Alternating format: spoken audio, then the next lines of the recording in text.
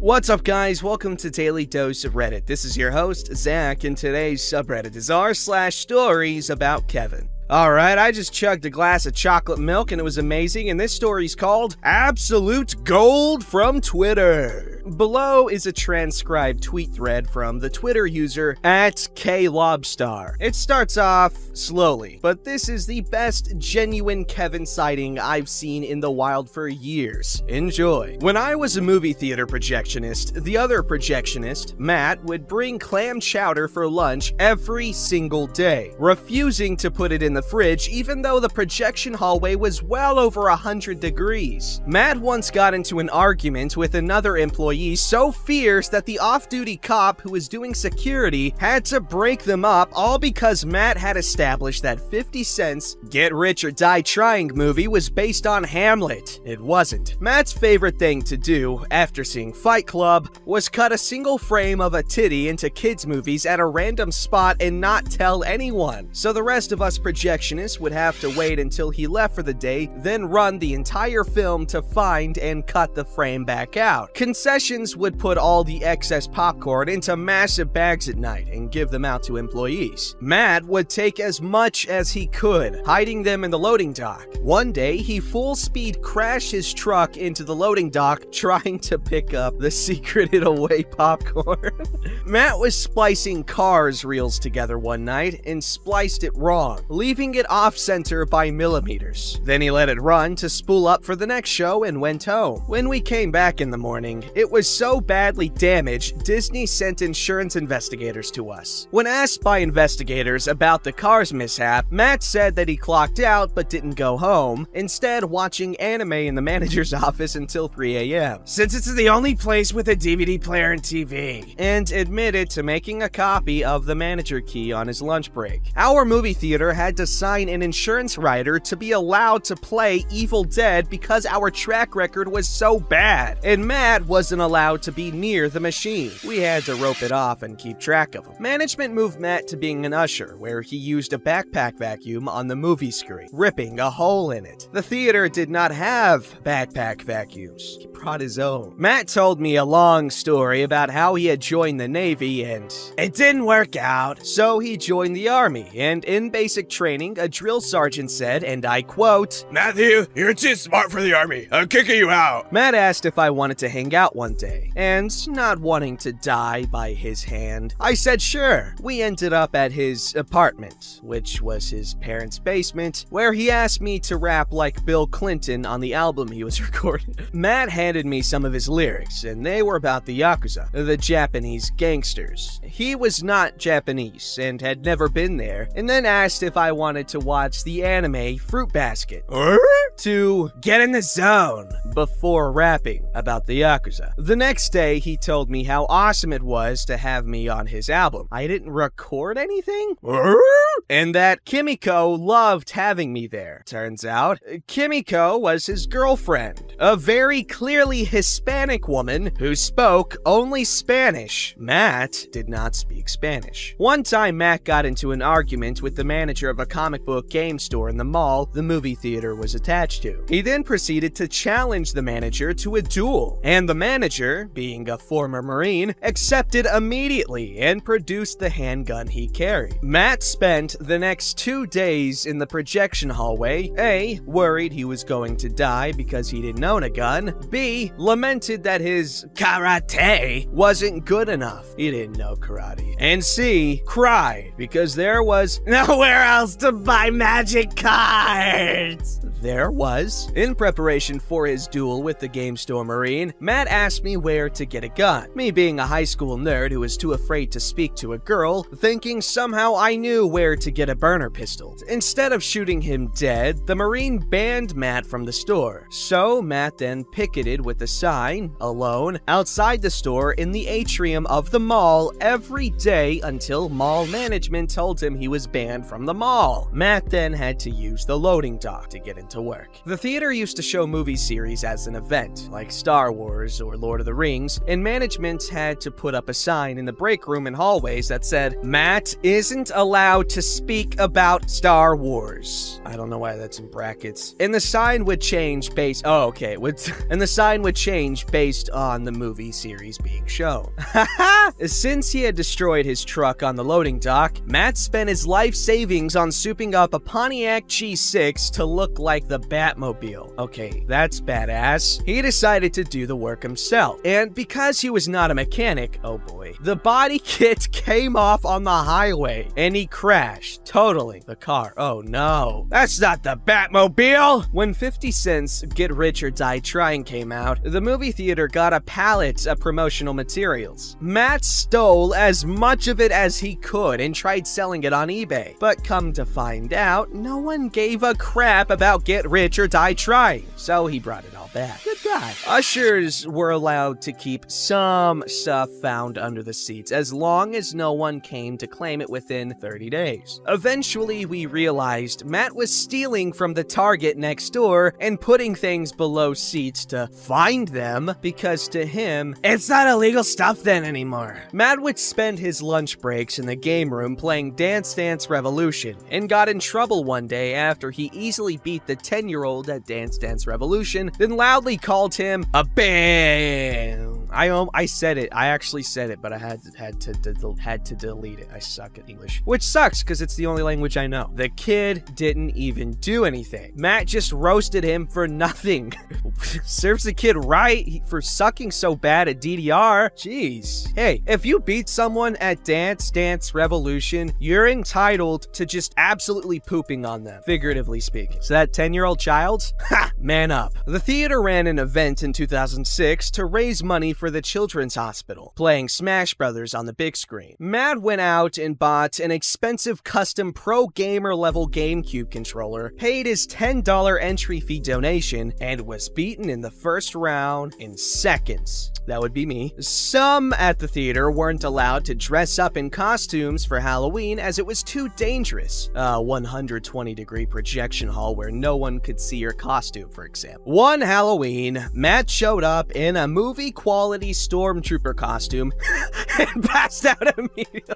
It passed out immediately in the heat. Oh, that's funny. Matt got suspended from the projectionist job after destroying the copy of Cars, so they put him in the ticket booth, where he held the record for the fastest firing when he convinced an old woman to see Hostel instead of Last Holiday. Matt would sell single frames cut from the previews reels on eBay, claiming that they were original frames from the first run of the movie and forging the certification documents. According to him, he made $30,000 a year doing this, and it was not illegal at all. It was. When he was working concessions, Matt would berate and insult people's food choices, which none of the management stopped because people would buy more in hopes Matt would shut the hell up for a few minutes. An older woman fell down in one of the auditoriums and couldn't get up, so instead of calling 911 or using the radio every usher was given, Matt ran full speed across the building screaming, "Medical! Medical!"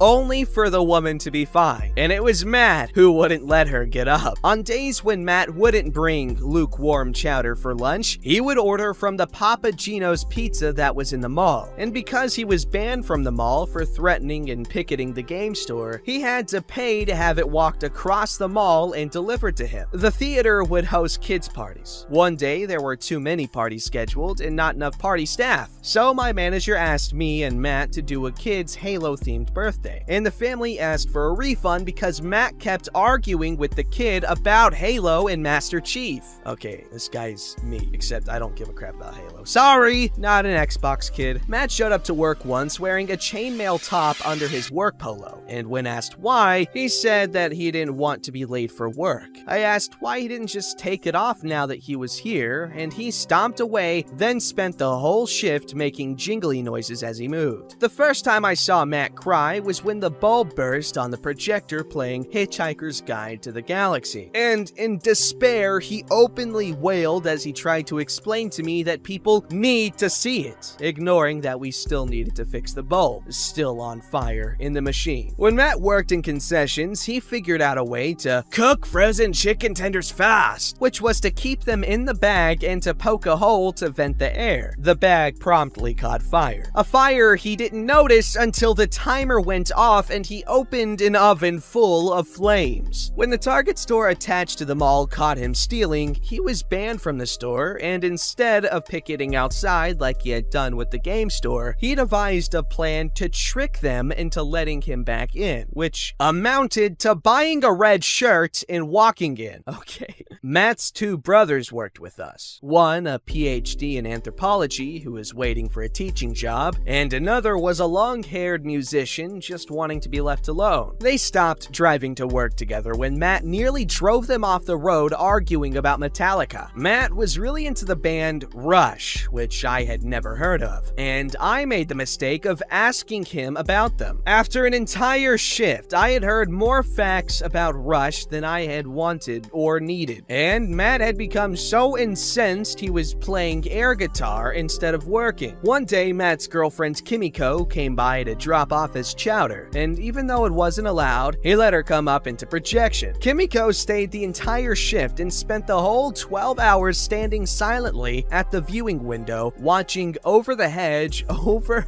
and over. When Kingdom Heaven came out, a medieval war movie starring Orlando Bloom, Matt showed up with friends in chainmail and a shield sword and missed getting arrested for carrying a sword in public only because he convinced the cops it was a promotion for the theater. It wasn't. In winter, Matt had gotten another car, an old front-wheel drive Buick or something, and since it skidded a lot, one of our older ushers mentioned putting bricks in the trunk for weight. Matt didn't have any bricks, so he filled the truck with sand. Not in bags, just like sand. The theater was built fast and not well made, so there was always some repair that needed to be done. No one asked him to, but Matt would do these repairs. One morning we came into work and he had drilled a hole in the projection office door to see out of, just in case. When we ran trilogies or events, people would get dressed up and stand in line, and Matt would walk through the crowd during his shift to critique their costumes and provide unsolicited advice. And when he was told he would be fired if he kept doing it, he would come on his days off. Matt had a big heart. He really did. We had a big opening. I don't remember which, but there's a huge line and chaos. And though they didn't schedule Matt for work that day, he showed up knowing we needed help. Unfortunately, however, Matt showed up the day after the premiere. Oh my god. Matt loved swords and knives so much, man. Like, he would spend his free time talking to me about swords and sword accessories, and would quiz me on like what the deadliest sword was, and berate me for being an idiot when I didn't know it was a scimitar. I love it. Matt would spend a shift telling me random facts about things, but I didn't have a smartphone in 2006, so I just had to listen to him tell me wild crap like, blue whales speak German. Did you know if you fire a gun into a bank, it's technically not illegal? They don't. It is. Matt refused to call himself a medieval LARPer. He instead kept referring to it as my hobby or training, but would never explain what he was training for. He would just say, you never know when you're gonna need it. It was swordsmanship skills. Matt would also reference his skills as a hacker whenever computers came up, and how it was so cool. Like a scene from The Matrix, in that he would say, it's just like in The Matrix. But he really meant was that he would guess his friends' passwords and post on their MySpace. Matt was convinced that if you record a movie from the projection window, as long as you do it in small parts and not one long recording, it's fine. It's not. When the management found out about this, every employee was required to sign a sheet acknowledging that it's not okay. Matt used to harass the FedEx guys about getting a real job, even though he and I made minimum wage at $5.15, until one day the FedEx manager sent him a letter accusing him of harassment, and the theater had to ban him from accepting film drop-offs. When Hostel came out, it was a big deal. The media and parents went out of their way to demonize it, and we had to keep track of people's ages entering the auditorium it was shown in. Matt couldn't be trusted with this because he would let kids into the movie to toughen up. In a moment of rage, Matt broke the projection off his chair, and getting another one would have been impossible, so he spent 2 hours repairing it with the small tool set we had for the projectors. And when he sat down, it collapsed further, sending him into the wall of reels. When King Kong was delivered, it was so much film it required a second platter to sit on, so you had to spool it from one to the other using a tall stick with a roller on the top. Matt stood there and watched the film silently on the stick instead of on the screen it was on. Matt used to crush Red Bull as often as he could, but then he would get the shakes real bad, and one time, while handing a woman her family's entire order of chicken and personal pizzas, he instead just sort of flung it at her, hitting her square in the chest harder than ever. We had just one real manager and 2 teenage assistant managers, so it was easier to cover up screw-ups rather than to try and fix them. I remember I cut a movie out of order, so Matt was like, "I'll fix it," and instead of fixing it, he just ran different previews for 20 minutes. Oh my god, I love that. Okay, Matt, you're a dummy head, but god dang, I liked reading that story. Or string of stories. A thread of stories, I guess. Very nice. Here we have quite possibly the shortest story I've ever read on this channel. Maybe, I don't know. It's called, "I had the ultimate Kevina moment all by myself this morning and no one saw. Went to pour a bath and couldn't see the plug. Thought to myself, that's okay, I'll put it in after the bath finishes pouring. Turned the taps on and left the room. Came back 10 minutes later to a still empty bath. Ha! That's something I would do, but I'd have to be like intoxicated or something. Ha! I'm kidding. Oh, that's a very sober reality to me. Alright, this story's called, You Only Have 2 Ribs. So I was at my dad's house and it was my online school lunch break. My sister was home at the time. I don't remember why, but we were talking about biology. We were talking about the chest when my sister, the Kevina, proclaimed, "You only have 2 ribs." She didn't understand my laughter and refused to believe that her, a self-proclaimed genius, could possibly ever be wrong about anything. She's a mix of a Karen and a Kevina, but she's still in denial about both. Wow, what a silly, silly person. Thanks, I only have 2 ribs. Don't forget to like, subscribe, and hit that bell to never miss an episode.